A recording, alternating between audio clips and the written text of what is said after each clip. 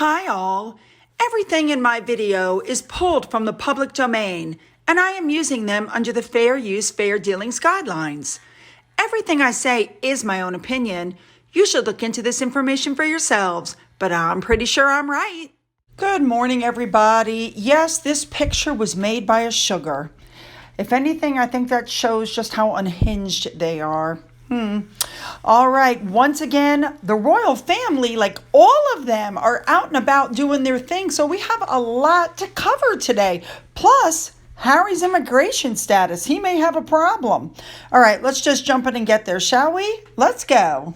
We're going to start off today with this correspondence sent to me showing how close these last pictures of Diana's trip mirrored Harry and Meghan. You have to wonder if they found somebody that looked like that driver guy. Yeah, that's a little eerie. All right, moving on. We're going to start off with Princess Anne because on Friday she was there when a piece of art was unveiled that had her face on it. And it was to mark the 80th celebration of St. David's Hall. That was very nicely done. Then later on, Princess Anne arrived at Sandown Park and she watched a race in memory of her grandmother, Queen Elizabeth, the Queen Mother, and she spoke to the jockeys. Looking good, Anne, looking good. Next up, the Duke of Gloucester had informative discussions with people about farming. I'm having trouble saying his name. Next up, I told you guys I'd like to show some pictures of investitures. This is Christopher Kamara. He was made a member of the Order of the British Empire for services to association football and to anti-racism and to charity by William. But what I really love is this picture of his face. That says it all, don't you guys agree? Next up, we have Princess Beatrice. Everybody stopped and noticed that she's wearing this bow in her hair. You guys see that, I'm sure, in the picture. But the thing is, not only did this reminds everybody of her mother.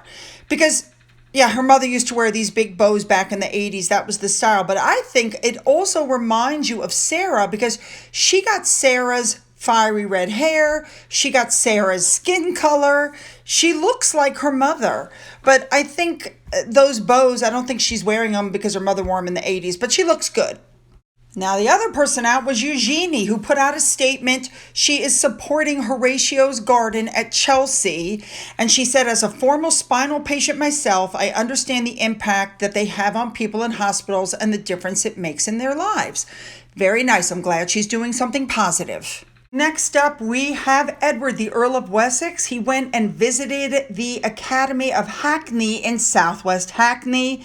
He did a tour of the school and he heard how the Duke of Edinburgh's award is delivered to students in the Academy. Wonderful.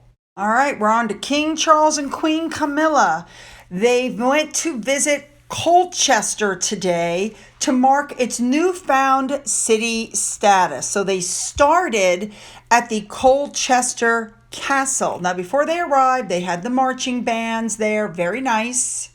And the king and queen arrived, and it was noted that Camilla was wearing a jacket that she had worn to Kate Middleton's Together at Christmas concert in 2022. She looked very nice.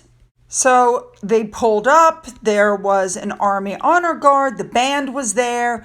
Lots of people, lots of children, everybody lining up to greet the king and the queen consort. There were a lot of cheers when they got out of the car. Of course, there were the anti-monarchy protesters. I think they showed a picture. There were like 3 people. But everybody else was there, was very positive. There were shouts of God save the king.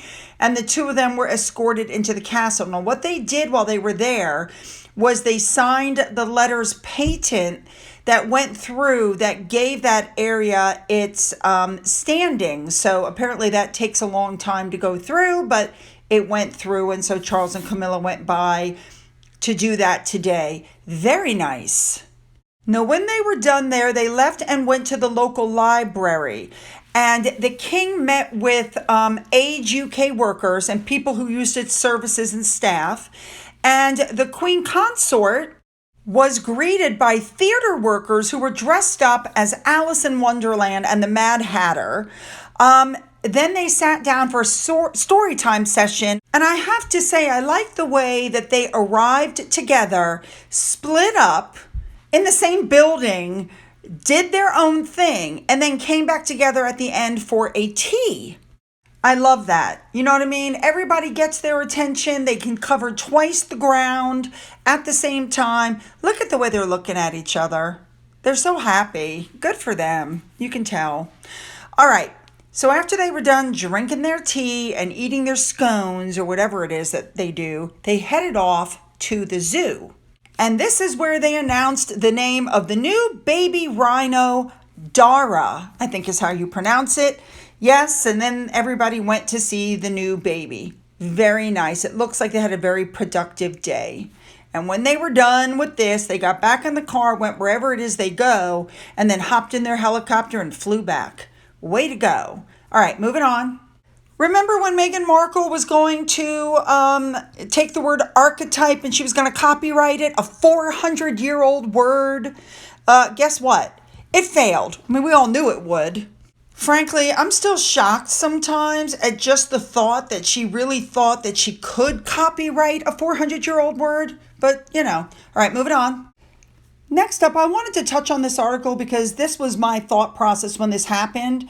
Harry knew that using the Queen's childhood nickname would be considered disrespectful and intrusive. They knew it, especially since, let's not forget, that he had told everybody that the entire royal family was racist, and yet he's naming his daughter after the head of this racist institution. People also said that it was an attempt to increase their quote-unquote royal currency because they had bowed out.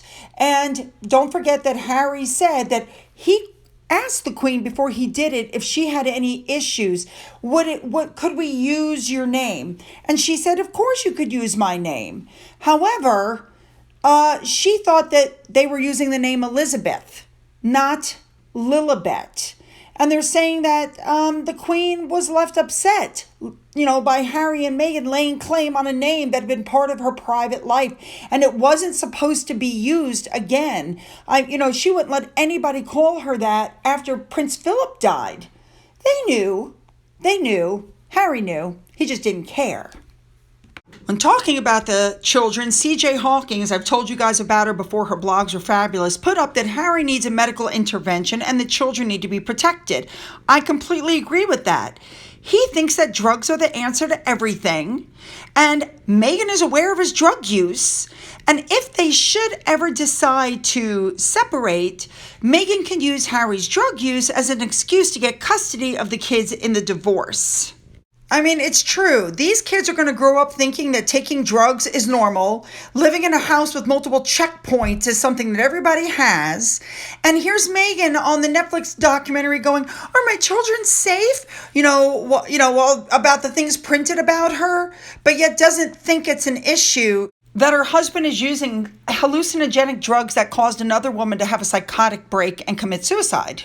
Now, Angela Levin, who I happen to love, went on GB News with some other woman named Nina, and the conversation turned into one of the reasons why Harry and Meghan were removed from Frogmore. And one of the reasons was that William didn't want Harry around his 3 young children, probably due to his drug abuse. And here's Angela trying to answer the question, and this woman Nina keeps cutting her off until Angela finally said, "I'm sorry, is this an interview? May I speak?" So they're asking, this woman Nina's like, how can he be a bad influence? And finally, somebody said, oh, because of what he's been talking about in the press, that's why. And he doesn't want to co-bring up William's children because he doesn't want William's children to end up like Harry. What he said is appalling. If I said that about my children, I wouldn't let them anywhere near him because children could be very interested in things that he said. Absolutely accurate. Now, let me just remind you guys that Harry's whole thing was, I have to break the generational pain and I smother my children with love. So imagine You're a drug-addicted father sitting there rambling criticism about his family. What do you think is going to happen to his kids when they get older? They are going to need a ton of therapy to get over this lonely, isolated childhood that they've been given. An Aussie chick on Twitter even said, "Who is this Nina woman? She's rude, arrogant, and disrespectful. She lied and blamed the press like Harry does. And, the racism blame, like Harry. She sounded stupid like that Tessa woman." As I said, his bond with William is almost completely severed. He doesn't even want them around the kids anymore. But, you really can't blame William now, can you? I wouldn't let somebody like that around my kids. But I agree with Rena's son. The most painful thing for Harry is going to be after the divorce. They're going to make sure that he has limited custody rights with his children. Visitations will probably have to be supervised. It's going to be ugly. Now, Harry said a lot during that meeting with that quote unquote, I'm air quoting here, that doctor. You know how I feel about Kinsey Sheffield. Listen to this.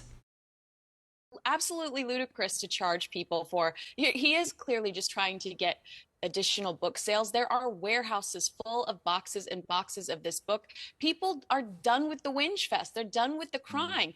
And the way that these people use victimhood as currency, I think culturally we're tired of it, and it's going to end soon. So they better get out of it what they can, because the American people specifically are really getting tired of the complaining and crying. And I think the interesting thing as well, taking your point a step further, Em, is that, if you're apparently, performing an act of service to help the world, if you do it in a safe space where you can't be criticised and nobody can come back at you, that's not charitable at all, is it? I honestly think, I don't know whether he's lost his mind. It's probably all the drugs he took. We talk about that in a minute. But it just, everybody I speak to, even people like you who were supportive, are saying, this is taking the mickey now. I do, and I agree with you. I think this is another example of, Harry and Meghan saying that they're doing one thing, but their actions say otherwise. We want you to save the planet, but we're going to hop on this jet. We're living a life of service, but we're going to charge for it. I just think that this is just another great example of that. And I don't know who's counseling them and who's giving them guidance, but obviously they need to reconsider it, because we're not the only ones having this discussion. Harry and Meghan have opened themselves up to criticism on a global scale. Criticism? No. Global laughing stocks? Yes. All right, moving on. All right, the next story that came up said that Eugenie has already moved into Frogmore and boxed up Harry and Meghan's things. This story is not true. Eugenie and her husband lived half their time in Portugal, and when they're not in Portugal, they're at the Great Royal Lodge with their dad and their mother, or with her parents, I should say. So it's absolutely not true. Not to mention the fact that in the Netflix documentary, we saw them boxing up their stuff. We saw Meghan sitting on the floor of the closet crying. So apparently what's left isn't a whole lot of anything. So I'm not sure why people put stories like this up, because no, they're not true. She's not boxing up their stuff. There's nothing there to box up. Remember, they moved out. Also, one more thing, we have not forgotten what happened at the Queen's funeral with those nasty looks that went back and forth between Jack and Harry and Eugenie and Meghan. I don't think they're in touch anymore, personally. All right, next up, the stories are out that Harry and Meghan feel so isolated because nobody's inviting them to their homes. Gee, I wonder why. Could it be because he's admitted to serious drug and alcohol use? Could it be that when he went to somebody else's house, Courtney Cox, and he found drugs there that he took, that he then told the whole world that she had the drugs in her house? There could be any number of reasons why people don't want to be around them. That's just my opinion. Moving on. All right, moving on. They're saying that now that Harry and Meghan have lost their UK domicile status, not only will he probably be removed from the list of people that could stand in for the king, even though they would never call on him, his title is probably going to go very soon. We know it's in legislation. Let's cross our fingers. Now, the other thing that everybody's talking about is if they decide to attend the coronation, they will not be on the balcony. I completely agree. This is absolutely no different than the Queen's Platinum Jubilee, only for working royals. They want to show the line of succession. They want to show stability.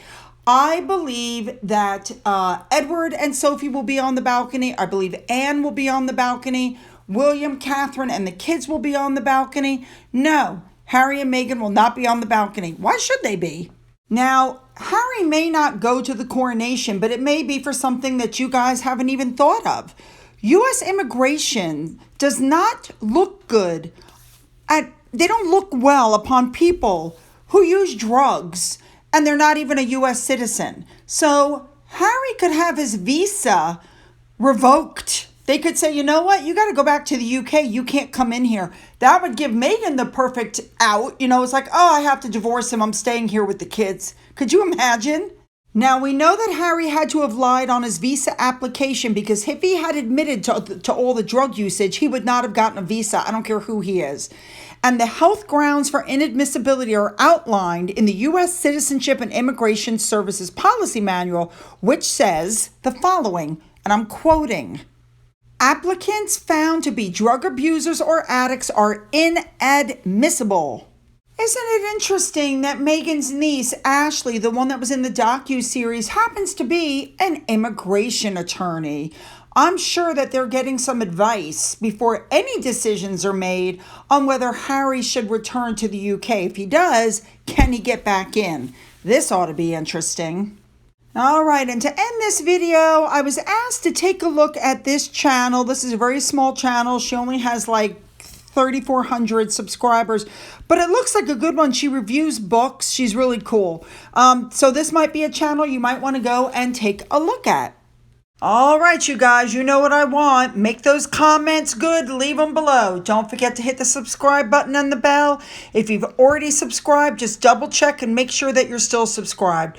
Don't forget to go up into the description box and you'll find the links to my Twitter, my Getter, my Rumble, my email, my Patreon, also a physical mailing address. For those of you who have donated through the Coffee Fund and through the thanks button, thank you so much. And as always, you guys, have a great day.